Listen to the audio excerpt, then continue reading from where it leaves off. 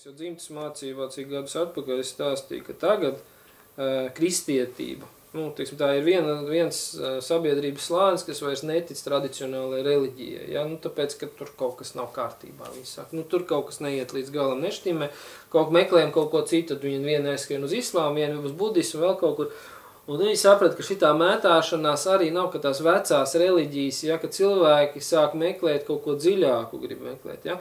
Un tad tieši tāpat kristīgā tradīcija izveidoja ezotērisko virzienu. Ja, tad ezotēriskais virziens, tur šitie te Blavatska un visi šitie te, kas sāka čakras tur pētīt un rakstīt grāmatas par čakrām, par aurām, par visām šitām te lietām, tā ir tā pati kristīgā tradīcija, kristīgā reliģija. Kā viņu var atpazīt? Tiklīdz tur parādās termins mīlestība, mīlēt visus, pieņemt visu un tā tālāk, ir skaidrs, tas nāk no kristīgās tradīcijas. Jebkurš sludinātājs, kas sāk šādas te frāzes bārstīt un skaidrot un stāstīt, tā apakšā sēž, tā kā aiz diedziņiem rausta Romas katoļu baznīca to visu pasākumu. Un tādi ir uztaisīti ļoti daudz šodien, visa pasaule ir pilna ar šīm te lietām sataisīs. Tas ir alternatīva tiem, kas kaut ko meklē vairāk. Tāpēc, ka tagad notiek tā visa perturbācijas, lai izmainītu to, jo viņiem tagad visas tie sašķeltie, visas tās reliģijas konfesijas, viņiem tagad jāapvieno vienā jaunā. Un tad šīs te ezotēriskais virziens, ko es saku pa mīlestību, visu mīlestība, harmonija un tā tālāk, tas ir speciāli priekš tam uztaisīts, lai visu to apvienotu vienā.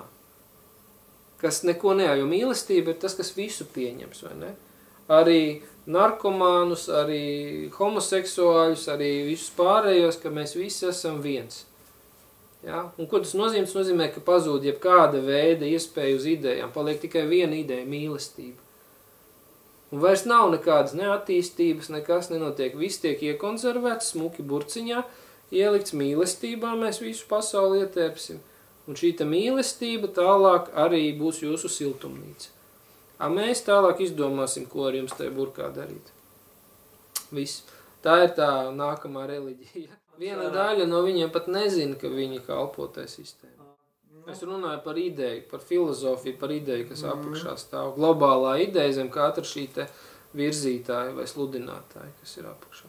Viena liela daļa pat to nezina, tāpēc es praktiskajos kursos mācu, kad apziņas praktiskajos kursos, mums tur neatceros prāta līmenis vai kurā līmenī es tur runāju par tām lietām, ja, kad naids un mīlestība, viņi ir vienlīdz labi un vienlīdz vērtīgi.